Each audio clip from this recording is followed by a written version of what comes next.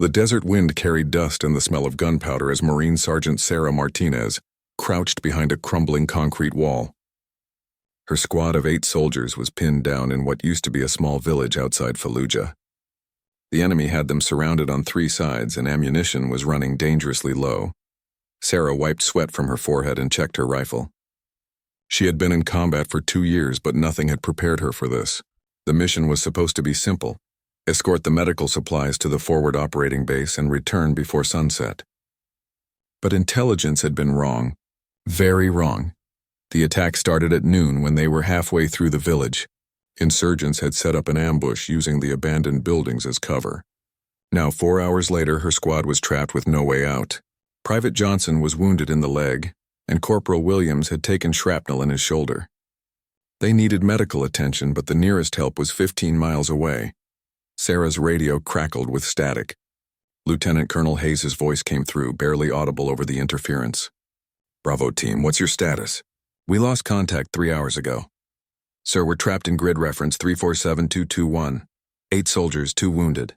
Enemy forces have us surrounded. We need immediate extraction or reinforcement," Sarah replied, keeping her voice steady despite the chaos around her. The response sent chills down her spine. "Negative on immediate support, Sergeant. All available units are engaged elsewhere. You need to hold your position until nightfall. Extraction team will attempt to reach you after dark." Sarah looked at her watch. Sunset was still 4 hours away. With their current ammunition supply, they might last 2 hours at most. She had to make a decision that would determine whether her squad lived or died. The enemy fire intensified, bullets striking the wall just inches from her head. She could hear voices shouting in Arabic, getting closer. They were planning to rush their position. Sarah knew that once the insurgents closed the distance, her squad's superior training and equipment would mean nothing in close-quarters combat. She crawled to where Private Thompson was manning the radio equipment. "Thompson, I need you to get through to any friendly units in the area. Use all frequencies. Tell them we have critical intel about enemy positions and need immediate support." It wasn't entirely true, but Sarah hoped it might convince someone to risk a rescue mission. As Thompson worked frantically with the radio, Sarah moved to check on the wounded soldiers. Johnson was losing blood and his face was pale. Williams was conscious but struggling to reload his weapon with his injured shoulder. "Sergeant, I can still fight," Williams insisted, though pain was clear in his voice. "Save your strength, Corporal. We're going to need every man ready when extraction arrives," Sarah replied, though she wasn't sure if extraction would come at all. The sound of approaching vehicles made everyone freeze. Sarah peered carefully around the wall and saw 3 pickup trucks loaded with armed men heading toward their position. Her heart sank. The enemy was bringing reinforcements while her squad was growing weaker by the minute. She gathered her remaining able-bodied soldiers. "Listen up. We're outnumbered and outgunned, but we're not beaten. Every one of you is worth 10 of them. We hold this position, we protect our wounded, and we make every shot count. When help arrives, we'll be ready to move fast." The soldiers nodded, their faces showing determination despite the impossible odds. Sarah felt proud of these men who continued to fight even when defeat seemed certain. She had trained with them, shared meals with them, and now she would either lead them to safety or die trying. As the enemy vehicles got closer, Sarah made a silent promise to herself and her squad. She would find a way to get them home no matter what it took. The Barrett .50 caliber rifle strapped to Thompson's pack might be their only hope, but first they had to survive long enough to use it. The battle for survival was about to begin, and Sergeant Sarah Martinez was ready to prove that sometimes the most unlikely heroes emerge from the most desperate situations. The desert wind continued to blow, carrying with it the sound of approaching danger and the hopes of 8 American soldiers who refused to give up. The first pickup truck stopped about 200 yards away, just out of range of their standard rifles. Sarah watched through her binoculars as armed men jumped out and began setting up what looked like a mortar position. Her stomach dropped. If they got that mortar operational, her squad would be finished within minutes. "Thompson, any luck with that radio?" She called out, keeping her eyes on the enemy movement. "Negative, Sergeant. Too much interference. I'm picking up some chatter on the emergency frequency, but I can't make out the words," Thompson replied, sweat dripping from his face as he adjusted the radio settings. Sarah made a quick decision. They couldn't wait for help that might never come. She crawled over to where Thompson had positioned the Barrett .50 caliber rifle. The massive weapon was designed for long-range precision shooting, capable of stopping vehicles and penetrating heavy cover. It was also their only chance of evening the odds. "Thompson, I need you to spot for me." "Williams, even wounded, you're still our best marksman. Can you handle the Barrett?" Sarah asked. Williams gritted his teeth and nodded. "Give me that rifle, Sergeant. I may not be able to use my left arm properly, but my right eye still works perfectly." Sarah helped Williams get into position behind the Barrett while Thompson set up the spotting scope. The enemy was still setting up their mortar, unaware that they were now in the crosshairs of one of the most powerful rifles in the American arsenal. "Range is approximately 400 yards, Thompson whispered. "Wind is coming from the east at about 10 miles per hour. Target is the mortar crew, 3 men working around a black pickup truck." Williams adjusted the scope and controlled his breathing. The Barrett 50 was not a weapon you fired casually. Each shot announced your position to every enemy within miles, but it also delivered devastating power that could change the course of a battle. "I've got eyes on the mortar tube," Williams said quietly. "If I can take out their heavy weapon, it might buy us some time." Sarah watched the enemy through her binoculars. More insurgents were arriving, but they seemed confident and were not rushing to attack. They probably assumed the trapped Americans would surrender or be eliminated easily once the mortar was ready. "Take the shot when ready," Sarah ordered.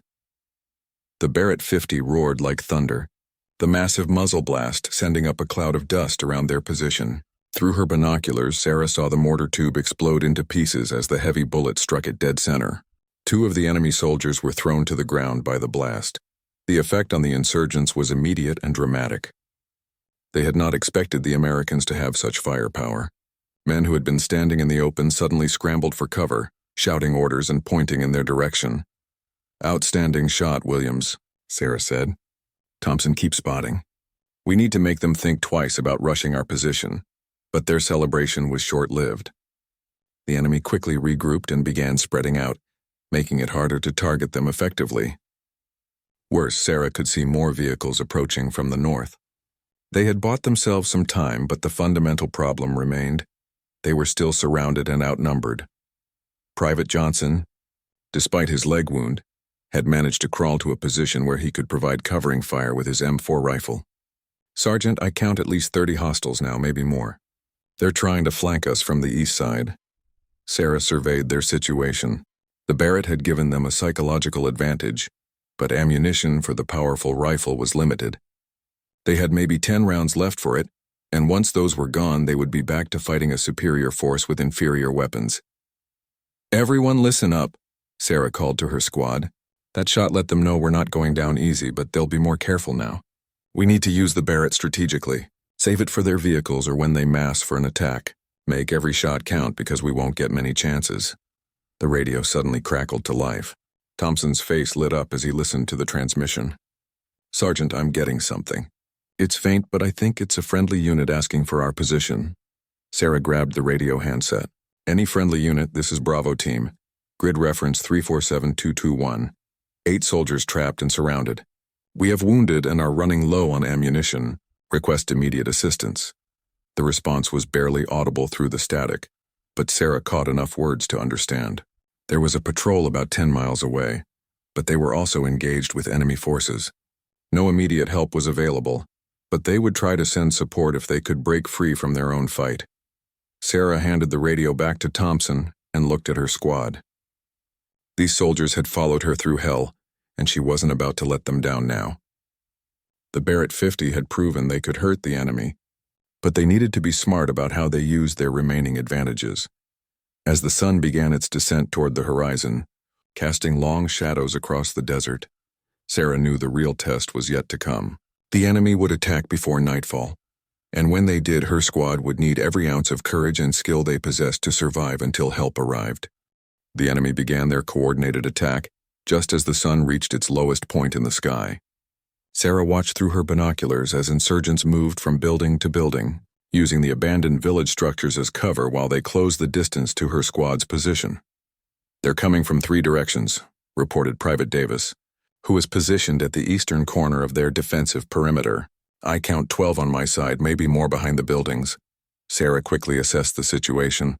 The insurgents were being smart about their approach, staying low and using cover effectively. They had learned to respect the Barrett after Williams's devastating shot earlier, but they were still determined to overrun the American position. "Williams, can you see any priority targets with the Barrett?" Sarah asked. Williams, despite the pain from his shoulder wound, had maintained his position behind the massive rifle. "I've got eyes on what looks like their commander. He's directing the movement from behind that blue building about 300 yards out. If I can take him out, it might disrupt their coordination." "Wait for my signal," Sarah ordered. "I want them to commit to the attack first. Once they're in the open, you take the shot." The insurgents continued their careful advance, moving from cover to cover. Sarah could see they were experienced fighters, not the untrained militia they sometimes encountered. These men knew what they were doing, which made them far more dangerous. Thompson suddenly grabbed Sarah's arm. "Sergeant, I'm getting clear communications now. There's a convoy about 5 miles out, but they're reporting heavy resistance. They're trying to fight their way to our position, but it's going to take time." Sarah felt a mix of hope and concern. Help was coming, but her squad had to survive long enough for it to arrive. She looked at her watch. They had maybe an hour of daylight left, and the enemy clearly wanted to finish this fight before darkness could give the Americans any advantage. "All positions, prepare for contact," Sarah announced quietly into her radio. "Remember your training. Short, controlled bursts. Make every shot count. We hold this position until help arrives." The first wave of the attack came from the western side, where 4 insurgents rushed across an open area toward a closer building. Private Martinez, positioned on that side, opened fire with disciplined 3-round bursts. 2 of the attackers went down immediately, while the other 2 dove for cover. Almost simultaneously, the eastern and northern sides erupted in gunfire. The insurgents were using coordinated fire and movement tactics, with some providing covering fire while others advanced. Sarah had to admit they were well-trained and well-led. "Williams now. Take out their commander," Sarah shouted over the increasing gunfire. The Barrett 50 thundered again, its massive report echoing across the desert. Through her binoculars, Sarah saw the insurgent commander disappear in a cloud of dust and debris as the heavy bullet struck the building where he had been directing the attack. The effect was immediate. The coordinated insurgent advance faltered as men looked around uncertainly, no longer receiving clear orders. Some continued firing, but the organized nature of their assault had been disrupted. "That's how we do it," shouted Private Johnson despite his wounded leg. He had managed to position himself where he could provide supporting fire, and his accurate shooting was helping to keep the eastern attackers pinned down. But Sarah knew this was just the beginning. The insurgents had more men and more ammunition. They could afford to lose people in frontal assaults, while her squad couldn't afford to lose anyone. Every wounded or killed American would weaken their ability to hold the position. "Thompson, get back on that radio. Tell the convoy we're under heavy attack and need them to hurry. Give them our exact position and warn them about the insurgent numbers," Sarah ordered while firing at targets of opportunity. The insurgents regrouped faster than Sarah had hoped. A new leader emerged, and within minutes they were coordinating their attacks again. This time they were using suppressing fire more effectively, keeping the Americans' heads down while assault teams moved closer. "Sergeant, they're getting too close on the north side," called out Private Davis. "I need support over here." Sarah made a quick decision. "Williams, can you swing that Barrett around to the north? We need to break up their advance." "Already on it, Sergeant," Williams replied, gritting his teeth as he shifted the heavy weapon despite his injured shoulder. "I can see a group of 6 men trying to reach that rubble pile about 50 yards from Davis's position." The Barrett spoke again, and this time Williams aimed at the rubble pile itself. The heavy bullet shattered the concrete and stone, sending fragments flying in all directions. The insurgents who had been using it for cover were forced to retreat, some of them limping from stone fragments. Sarah allowed herself a moment of satisfaction. The Barrett was proving to be a game changer, but she was acutely aware that they only had a few rounds left for it. Once the big rifle was out of ammunition, they would lose their primary advantage. The radio crackled with Thompson's voice. "Sergeant, the convoy reports they're about 3 miles out now, but they're taking heavy fire. They estimate another 30 minutes before they can reach us." 30 minutes might as well have been 30 hours. Sarah looked around at her squad. Williams was pale from blood loss but still fighting. Johnson was favoring his wounded leg but maintaining his position, and the others were starting to show the strain of prolonged combat.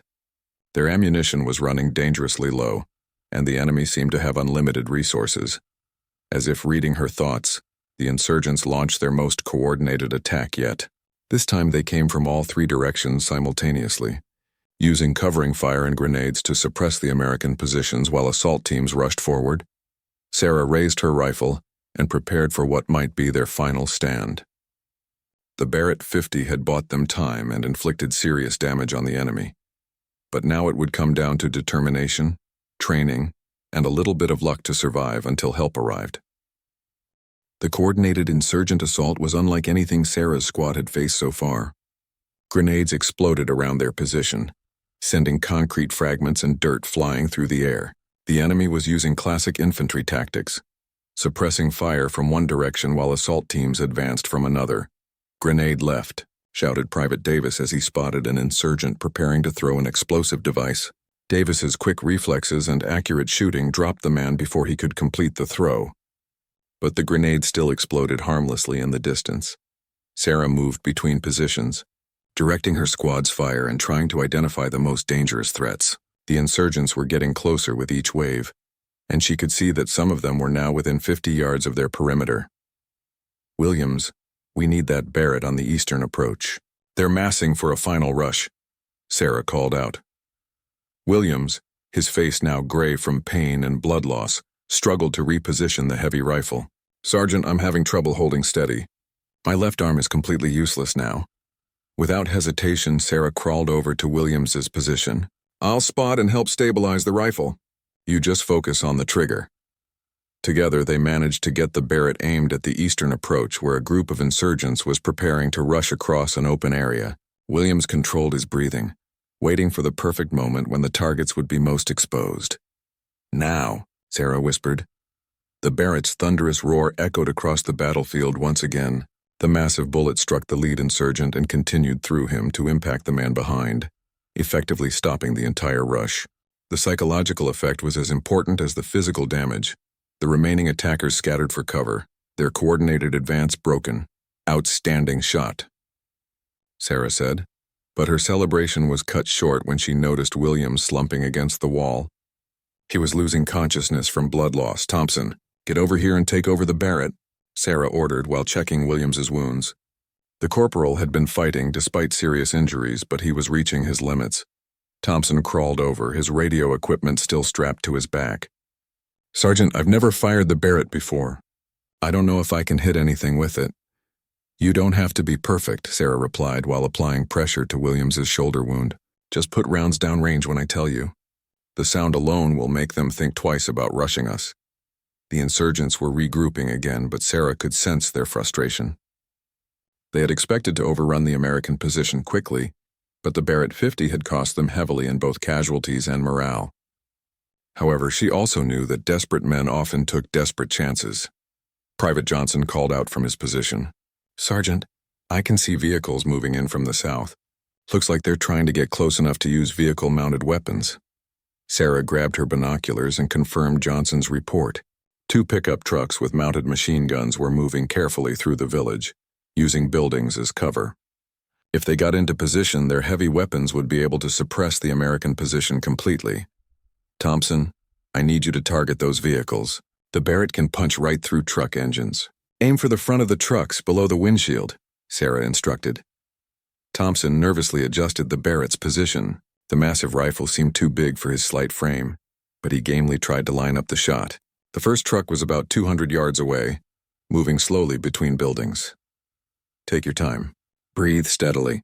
Squeeze the trigger smoothly," Sarah coached, remembering her own training with the weapon. The Barrett fired, but the shot went wide, striking a building wall near the truck. The insurgents in the vehicle realized they were being targeted and accelerated, trying to reach cover before the next shot. "Adjust left and lead the target," Sarah said calmly. "You're doing fine. Just correct and fire again." Thompson made the adjustment and fired again. This time, the heavy bullet struck the truck's engine block, causing steam and smoke to pour from under the hood. The vehicle coasted to a stop and its occupants abandoned it quickly. "Great shot, Thompson. 1 down, 1 to go," Sarah encouraged. But the second truck had learned from the first vehicle's mistake. Instead of trying to advance slowly, it accelerated rapidly, attempting to reach a position where it could bring its mounted weapon to bear before the Barrett could target it effectively. Thompson fired again, but the moving target proved too difficult. The shot missed, and the truck reached a position behind a collapsed building where it could set up its machine gun, while remaining protected from the Barrett. Almost immediately, heavy machine gun fire began raking their position. The insurgents now had the firepower advantage they had been seeking. Sarah and her squad were forced to keep their heads down as bullets chipped away at their concrete cover. "We can't stay here," Sarah shouted over the machine gun fire. "They'll pin us down until their infantry can get close enough to finish us." The radio crackled with Thompson's excited voice. "Sergeant!" "The convoy says they can see our position. They're engaging enemy forces on the village outskirts." Sarah felt a surge of hope, but she knew they still had to survive the next few minutes. The insurgents could hear the approaching American vehicles too, and they would be desperate to eliminate the trapped squad before reinforcements arrived. "Everyone prepare for their final assault," Sarah called out. "They know help is coming, so they'll throw everything they have at us now. Hold your positions and make every shot count." The machine gun fire suddenly stopped, and Sarah knew what that meant. The insurgents were moving in for close combat, probably hoping to overrun the American position before the convoy could intervene. This would be the decisive moment. Either her squad would hold out long enough for rescue, or they would be overwhelmed in the final minutes before help arrived. Sarah checked her ammunition one last time and prepared for what she hoped would be the last stand her squad would have to make. The final insurgent assault came like a desert sandstorm, sudden, overwhelming, and from every direction at once. Sarah could see at least 20 fighters rushing their position, some firing from the hip as they ran, others throwing grenades to clear the way for their advance. "All positions, engage at will," Sarah shouted, knowing that this was their last chance to hold the line. Private Davis opened fire from the eastern position, his disciplined shooting dropping 2 insurgents who were leading the charge from that direction. Private Martinez, despite being the youngest member of the squad, showed remarkable composure as he engaged targets approaching from the west. Thompson, still manning the Barrett despite his inexperience with the weapon, fired into a group of insurgents trying to rush across open ground. Even though he missed his intended target, the massive bullet's impact on the ground created a shower of dirt and rock that forced the attackers to seek cover. "Good effect, Thompson. Keep them honest," Sarah called out while engaging targets with her own rifle. But the insurgents were determined and well coordinated. They used covering fire and smoke grenades to mask their approach, making it difficult for the Americans to target them effectively. Sarah could see that some of the attackers were getting dangerously close to their perimeter. Private Johnson, fighting despite his wounded leg, suddenly called out in alarm. "Sergeant, 3 insurgents are almost at the north wall. I can't get a clear shot from here." Sarah made an instant decision. Leaving her position, she sprinted across the small courtyard under enemy fire to reach the northern defense point. Bullets whined past her head and she felt one tug at her sleeve. But she reached cover just as 3 insurgents appeared around the corner of the wall. The first insurgent was so close, Sarah could see the surprise in his eyes as she appeared in front of him. Her training took over, and she fired 3 quick shots center mass, dropping him immediately. The second attacker tried to bring his AK-47 to bear, but Sarah was faster, her rifle barking twice as the man fell backward. The third insurgent had pulled the pin on a grenade and was about to throw it when Thompson's voice boomed across the battlefield. "Get down, Sergeant." The Barrett 50 fired, and the heavy bullet struck the insurgent in the chest, the impact so powerful that it threw him backward several feet. The grenade fell from his hand and exploded harmlessly behind a pile of rubble. "Thompson, that was incredible," Sarah shouted as she moved back toward her original position. But their brief success was overshadowed by the sound of the insurgent machine gun opening fire again. The heavy weapon was systematically targeting each of their defensive positions, forcing the Americans to keep their heads down just when they needed to engage the approaching infantry. "We need to take out that machine gun," Sarah called to Thompson. "Can you get an angle on it with the Barrett?" Thompson studied the enemy position through the rifle's scope. "Negative, Sergeant. They're behind too much cover. I can't see the gun crew." Sarah's mind raced through their options. The machine gun was suppressing her squad, just when the insurgent infantry was closest to overrunning their position. If they couldn't neutralize that weapon, the final assault would succeed. Then she heard the most beautiful sound in the world, the distinctive whine of American helicopter rotors approaching at high speed. "Apache inbound," Thompson shouted, pointing toward the southern horizon where an attack helicopter was approaching fast and low. The effect on the insurgents was immediate and dramatic. Men who had been rushing toward the American position suddenly stopped and looked skyward. The machine gun crew abandoned their weapon and ran for cover as the Apache's cannon began to speak. The 30-millimeter cannon fire from the helicopter was devastating. In seconds, the insurgent machine gun position was obliterated, along with the pickup truck that had been providing cover. The Apache then began systematically engaging the insurgent infantry, its pilot clearly able to distinguish between friendly and enemy forces. "Friendly helicopter, this is Bravo team," Sarah called into her radio. "We are the Americans in the central compound." "All insurgents are targets!" The Apache pilot's voice came back clear and professional. "Copy, Bravo team, we have you visual. Keep your heads down while we clean up the neighborhood." For the next 5 minutes, the Apache methodically engaged every insurgent position around the village. The helicopter's thermal imaging and superior firepower made short work of the enemy forces that had seemed so overwhelming just minutes before. Sarah watched in amazement as insurgents who had been confident of victory just moments ago were now running for their lives across the desert, abandoning weapons and equipment in their haste to escape the Apache's devastating firepower. "Bravo team, this is Convoy Commander approaching from the south. We'll be at your position in 2 minutes. Apache reports all immediate threats neutralized," came a new voice on the radio. Sarah felt a wave of relief so powerful that her knees nearly buckled. They had done it. Against impossible odds, her squad had held their position long enough for help to arrive. The Barrett 50 had been the key. Its long-range precision and psychological impact had disrupted every insurgent attack and bought them the time they needed. Thompson was grinning widely as he patted the Barrett stock. "Sergeant, I think I'm in love with this rifle. It saved all our lives today." Williams, despite his wounds, managed a weak smile. "Not bad for a radio operator, Thompson. You handled that Barrett like a professional." As the sound of American vehicles approached their position, Sarah looked around at her squad. They had been through hell together, but they had survived. The Barrett 50 had thundered through the smoke of battle and changed the course of the fight. But it was the courage and determination of her soldiers that had made the difference. The nightmare was finally over. But Sarah knew she would never forget the day when 8 American soldiers refused to surrender and fought against overwhelming odds until help arrived. The rescue convoy arrived in a cloud of dust and diesel exhaust, led by 2 Humvees and an armored personnel carrier. Sarah had never been so happy to see American vehicles in her entire military career. Medics immediately rushed to treat Williams and Johnson, while other soldiers secured the perimeter. Captain Rodriguez, the convoy commander, approached Sarah with obvious relief on his face. "Sergeant Martinez, we've been trying to reach you for hours. When we heard you were surrounded and outnumbered, we fought our way through 3 separate ambush sites to get here." Sarah saluted despite her exhaustion. "Thank you, sir. We couldn't have held out much longer. That Apache pilot saved our lives." Captain Rodriguez looked around at the battlefield, taking in the destroyed insurgent equipment and the evidence of the fierce fighting that had taken place. "I'm getting reports from the Apache crew that you inflicted heavy casualties on a superior force. How did 8 soldiers hold off that many insurgents?" Sarah pointed to where Thompson was carefully cleaning the Barrett 50. "That rifle, sir. Corporal Williams and Private Thompson used it to disrupt every enemy attack. The psychological effect was as important as the actual damage it caused." The captain walked over to examine the Barrett, nodding with professional appreciation. "This weapon certainly evened the odds.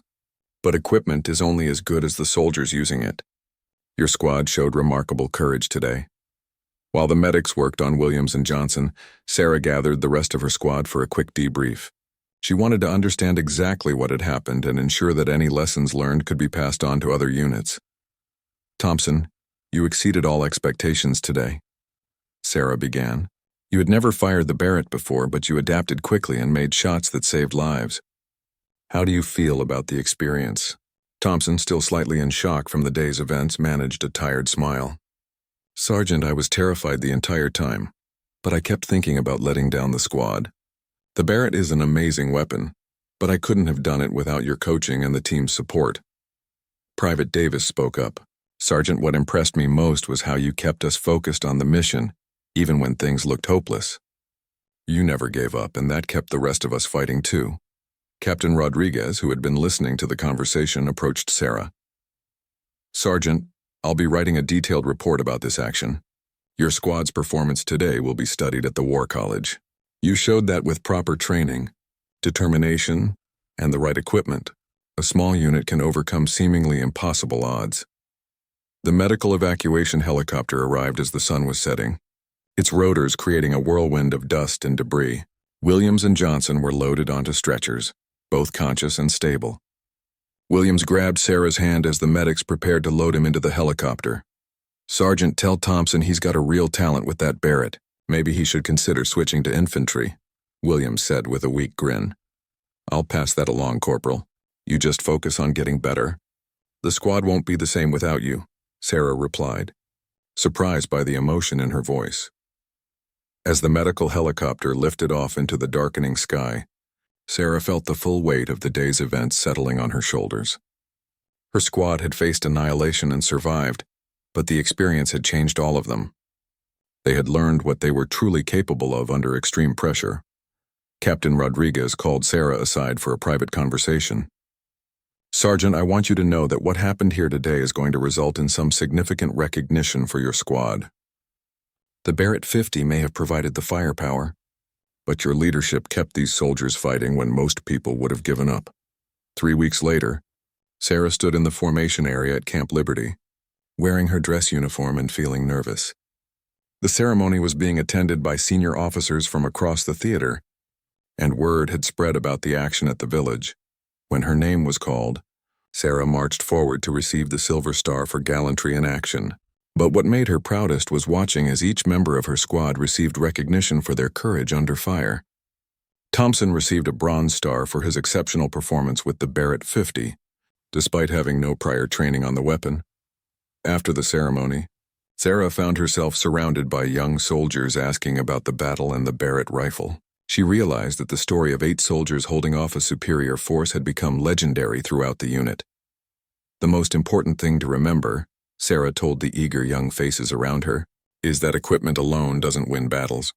The Barrett 50 was crucial, but it was the courage and determination of every soldier in that squad that made the difference. When you're surrounded and losing ground, you don't give up. You fight with everything you have until help arrives or you find a way to win. Years later, after Sarah had been promoted to sergeant major and was nearing retirement, she would still receive letters from soldiers who had heard the story of the Barrett rifle that thundered through the smoke at that small village in Iraq. The tale had grown in the telling, but the core message remained the same, that ordinary soldiers could accomplish extraordinary things when they refused to quit. The Barrett 50 that saved her squad was eventually displayed in the unit's museum, with a plaque telling the story of the day. 8 American soldiers proved that sometimes the most unlikely heroes emerge when the situation seems most hopeless. Sarah would sometimes visit that display and remember the desert wind, the smell of gunpowder, and the sound of that powerful rifle echoing across the battlefield when her squad needed it most.